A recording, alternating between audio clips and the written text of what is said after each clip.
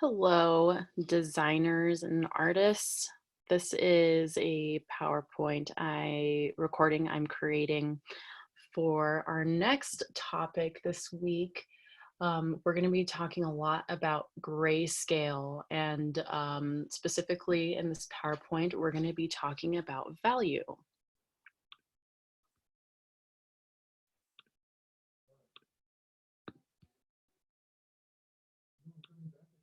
Okay, so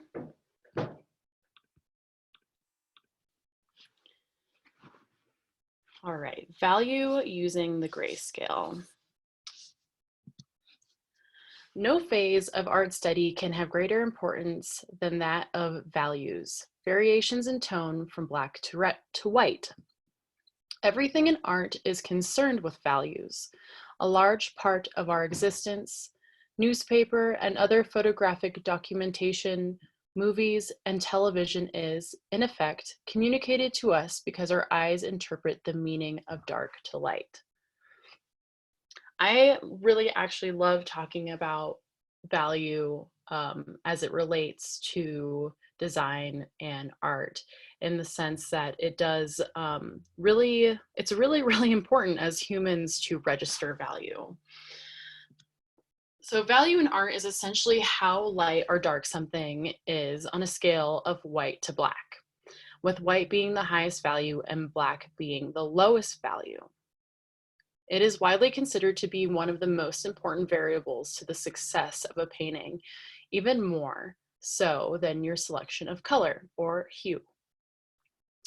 The number of values between white and black are actually infinite. However, for simplicity, artists prefer to reduce the range to a scale of 1 to 9 or 10.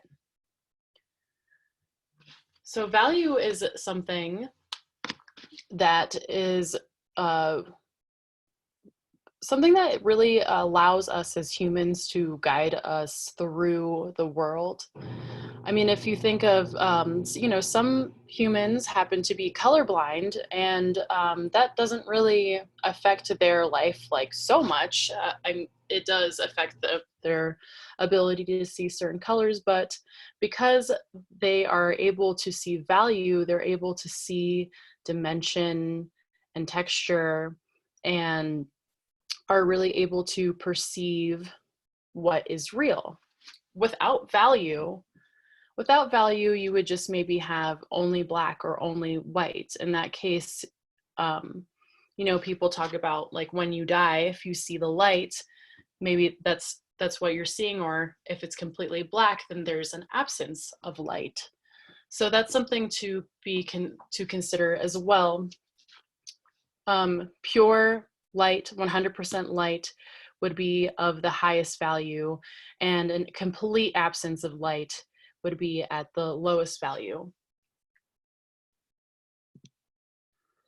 So as the last slide said, there are thousands of ranges of gray, and it goes from dark, medium to light. And for just the beginning of us studying this grayscale, we're just going to be breaking it down a little bit into, just as it said, artists tend to just are able to start with 9. We're going to just look at 9 different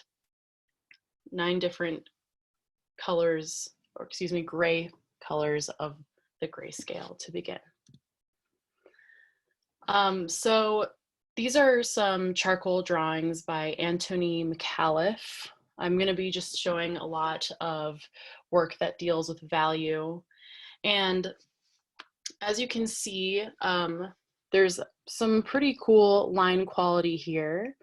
And there is also a really great use of value from very, very dark to just a sort of really subtle impressions of a lighter gray. What's really cool about value is that, besides us not really even being able to exist or to really move along without it, unless, I mean, people are blind, and in which case they get along without registering value. But regardless, even a blind person is capable of having dreams. And that's one thing that is really just like kind of blows my mind about the way value works, is that even in our dreams, we can register value as a way of understanding what we're looking at, and as a way of understanding the way that the light is working. I mean, I know some people don't dream, but value is even a large aspect of our dreams. Um, so as these are actually kind of relatively dreamlike, I really like the way that the artist uses value to create this like figurative form, but I really like also how there is just this really naive and fun use of line. And this artist kind of brings in these two different conversations of using realism as well as using a line to signify that these are more than just humans, but there is like some sort of connection to an animal. These charcoal drawings by Anna Park are really cool. Anna Park likes to do these drawings of atmospheres where scenes of people gathering and partying and kind of being debaucherous, and there's a lot of energy and there's a lot of movement, and definitely really similar to Anthony McAuliffe. Anna Park's drawings use a huge range of value, and I would even say that there's definitely more than just nine values of gray. But with just using this value, she creates this really deep, dark, vacant space, and then also is able to really control the value to create an illusion of something relatively real, such as the way that this shirt is touching this highlight that lays over this other shirt. It's a really, this area is just so beautiful, and it feels very real. With value, we're able to create this illusion of this, in this one moment, Park creates this illusion of reality amongst using the gray scale to create energy that's coming in these streaky lines out of this crazy disformed head, and using value also to really create like darker grays into kind of this like psychological space. And I think that's kind of where I like to go with this like talk about values, that there's always a reference to, if used, value can be used to reference like a psychological space, because it can be used to inform us of light and the way that things are existing, but it can also be used to create a very dark sort of dimension as well. Just really using very, very dark colors of gray, dark values of gray here. So those are very beautiful. These are Micron drawings by Beth Brown. So microns are something that you're asked to use for this assignment. If you don't have microns, you can just use your regular pen, that's fine, but microns are a really common pen used by designers and artists because of the super fine felt tip. It's really good for getting details. So this is an example of the use of finer felt tip as well as a thicker, the thicker felt tip. And you can really control a lot with the finer tip. And I mean, you can also build up to make a darker gray like here with just one finer, smaller tip, but it's kind of nice to have these tools, because these tools always help us develop our imagery a lot more swiftly and easier. So there is this use of line as pattern that creates a illusion of like a mid-range gray. And then there's also this use of line as pattern to create more of like a mid-tone gray. And then there is this use of line as texture to create this really almost black, which is really beautifully and intricately done. So Beth Brown is an artist that lives in Baltimore, and she does a lot. I think she did a few of these style. They're very organic. They're like micro, macro, looking at like big forms and little forms and playing a lot with scale and texture. And they're kind of psychedelic, and they do inform, I don't know, they feel a lot like sort of intestines, but they also feel like it feels like a landscape as well. And she was commissioned by this band called Animal Collective, I believe, to do some album covers.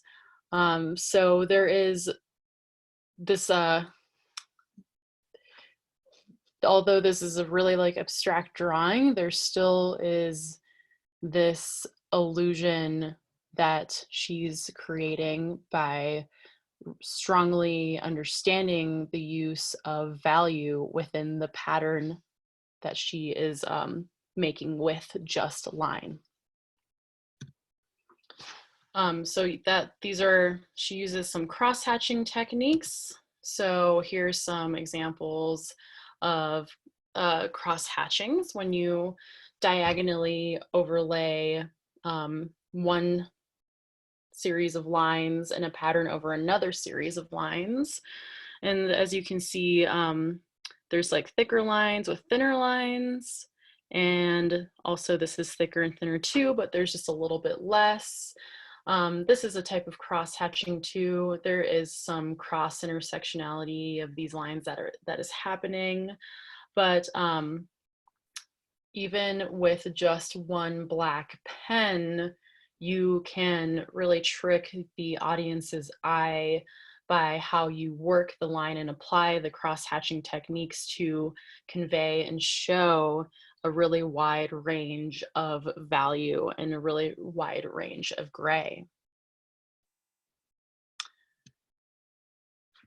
This is a lithograph called Kissing by this artist, Alex Gray. So like he does a lot of work within the psychedelia. And this is a lithograph, so that's meaning it's a print. So I'm pretty sure it was probably designed from a drawing originally, but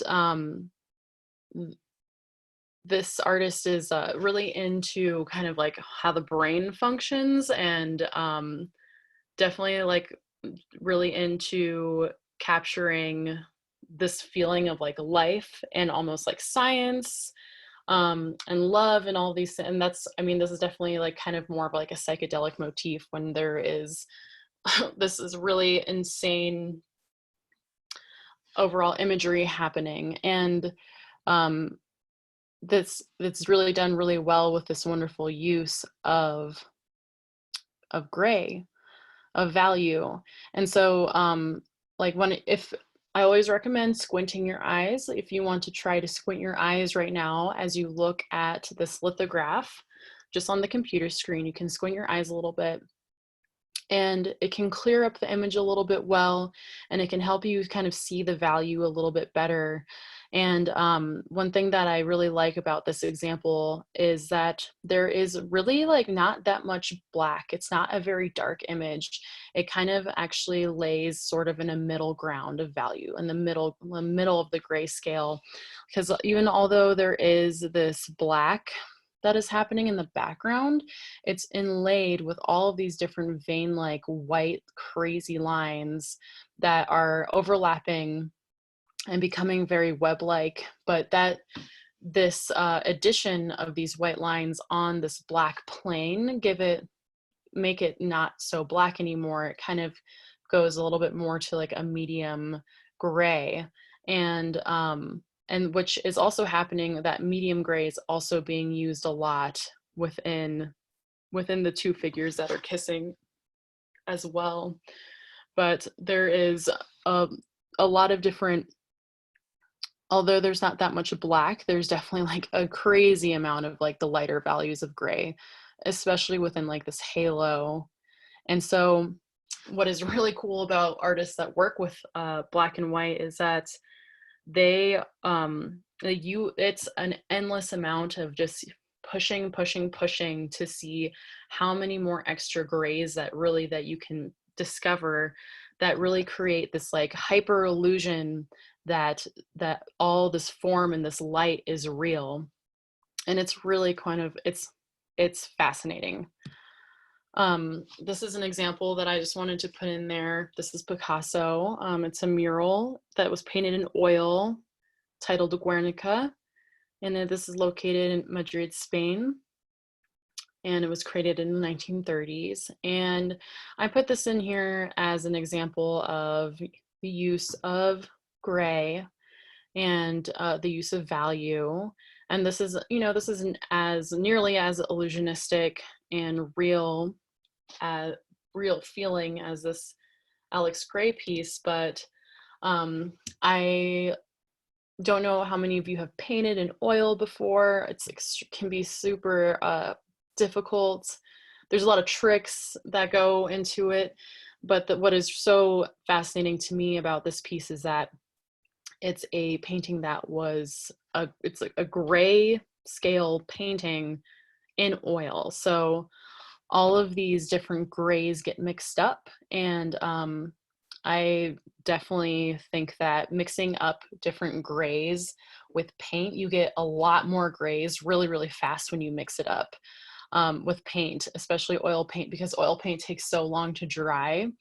So I'm just saying that this is a very, very like mature use of using gray in paint, and it's just not a very, very easy feat. It's kind of very difficult to paint in black and white.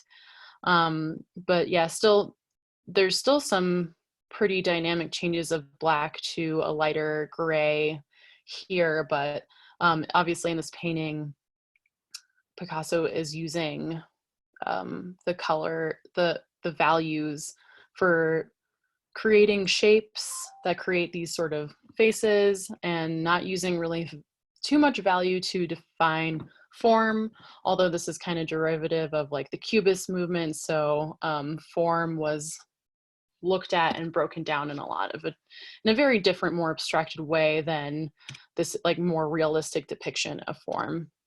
As you can like see here, there's a lot of like that definition that is abruptly next to this definition. It becomes more angled and cubist-like, and this is also like happening in this little area right here. So that is an example of a grayscale painting by Picasso. I love surrealism, and value is really important in surrealism because, like I said, it defines so much of light, it defines so much of form. And this is a painting by one of my favorite artists, Yves Tanguy. And as you can see, there's a little bit of blue that is in here. Still rather leaning, and there's a lot of blue actually like here and here. So there's some blue implemented into the gray. And I think it's just kind of helping give a general sort of feeling of, of an ocean and a landscape, and kind of like a cooler landscape. Like maybe, I'm just pulling this out of my head, but like an East Coast landscape that feels really cold, somewhere in the Northeast. But there's this use of creating form. Like, let's look over here, this really dark line that becomes a shadow that is informed by this really light use of gray, so that is right next to each other. As you can see, really try to focus and look here. You can see that, or let's look actually at this little ridge. Do you see how the blackest black is touching the whitest white?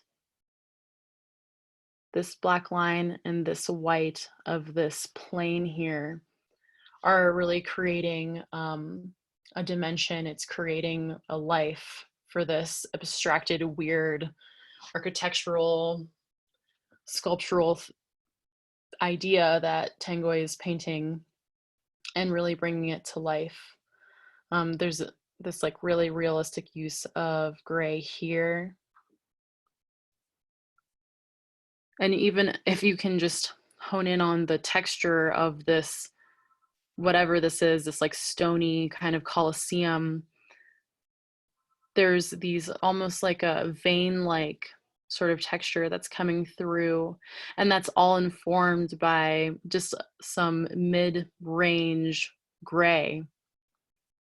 So you can actually like articulate this whole scape of texture with this little amount of gray, and it's very fascinating, and creating this illusion of texture, and also this is surreal sort of reality. So MC Escher is just such an incredible designer, and he is an artist that will come up more and more throughout the class. He did a lot of printmaking, so these are prints.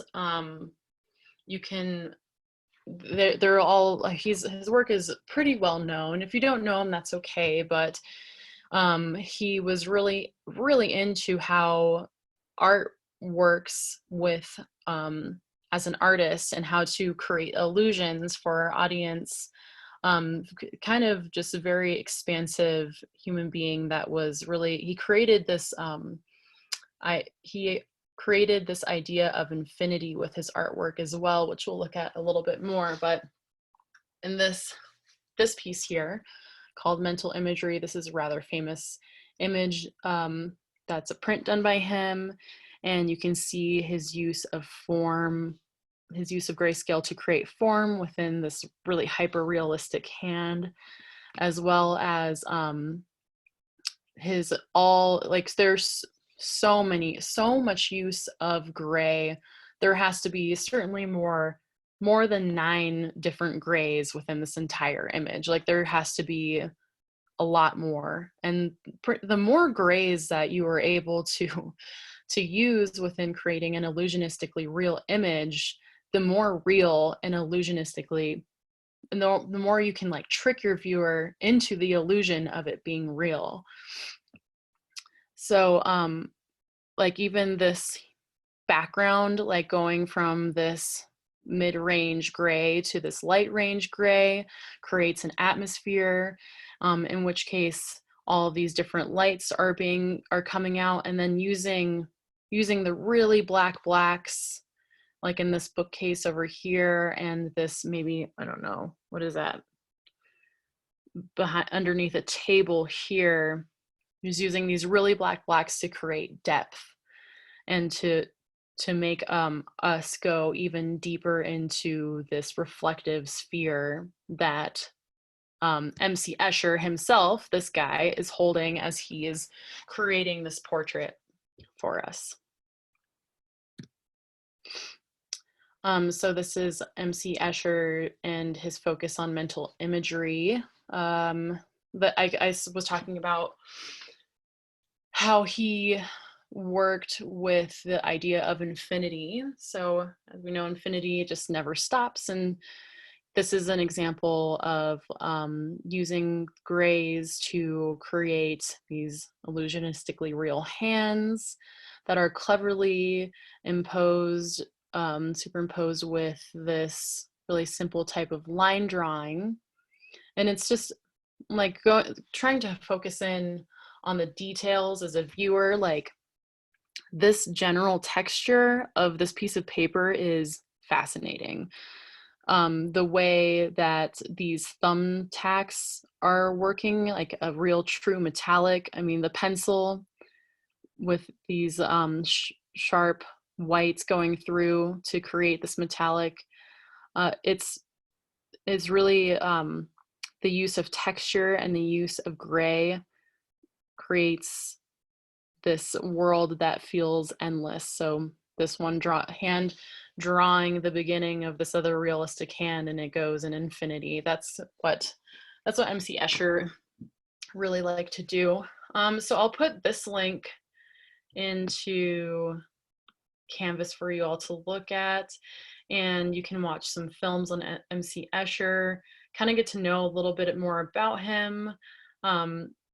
This really fascinating human being that was really prolific and was just like a really, really tight designer.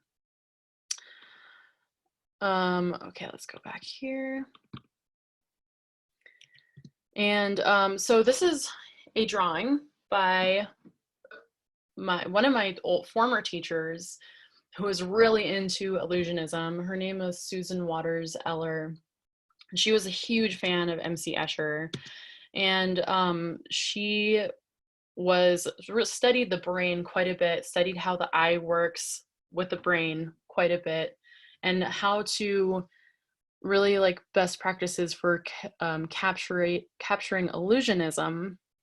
And she would always start by laying down a gray, one mid-tone gray down on the whole entire drawing, and then erase out the highlights. This is a really common drawing technique, and I'm actually going to have you do that in one part of, you're going to be recreating a sphere. It's a very just super basic beginning artist like exercise to be able to create a sphere, to form a sphere with just by using tones of gray, values of gray. So yeah, this is like kind of her like staircase to heaven kind of tribute. I mean, there is a lot more color in this piece than any other piece that I showed you throughout this presentation, but this piece is it's still very much informed by its value. And as you can see, the parts that are closer to us are super light in value, and as it retracts and goes back in the distance, it becomes a lot darker. So I'll go ahead and share this. This is a blog that she made. I went to MICA. This is how I know her. It's an art school in Baltimore. And she was really obsessed with Escher, so she did these really cool studies that it's dealing a lot with like perspective. Like this is a 6-point perspective as opposed to like a 2-point, which is more common, or we'll talk more about that, but playing a lot with perspective and really into conveying concepts of like, such as like, this is about like like what an institution can feel like the coldness of an institution, using all of these different grays to create just like mega detail. If you can see, like there's like these like light fluorescent lights and stuff here, and kind of there's this creepy interior and all this, like I said, mega detail with creating all these different tiny bricks, all just with like just really subtle changes of gray, and very precise, very controlled illusionism, all with gray, that really sucks us in as a viewer and makes us feel as though we're looking at something very real. So value is definitely important as an artist to understand, as it can be applied to colors. So like a green can have a whole range of value, can have more black and more white, as we'll be looking at later when we start mixing up color with gouache a little bit more. But that is just the first general introduction, and I hope you liked all the cool artists that I showed you. And you will be making your own little grayscales, and you'll also be drawing your sphere. And I'm sure you'll see more on that. All right, thank you.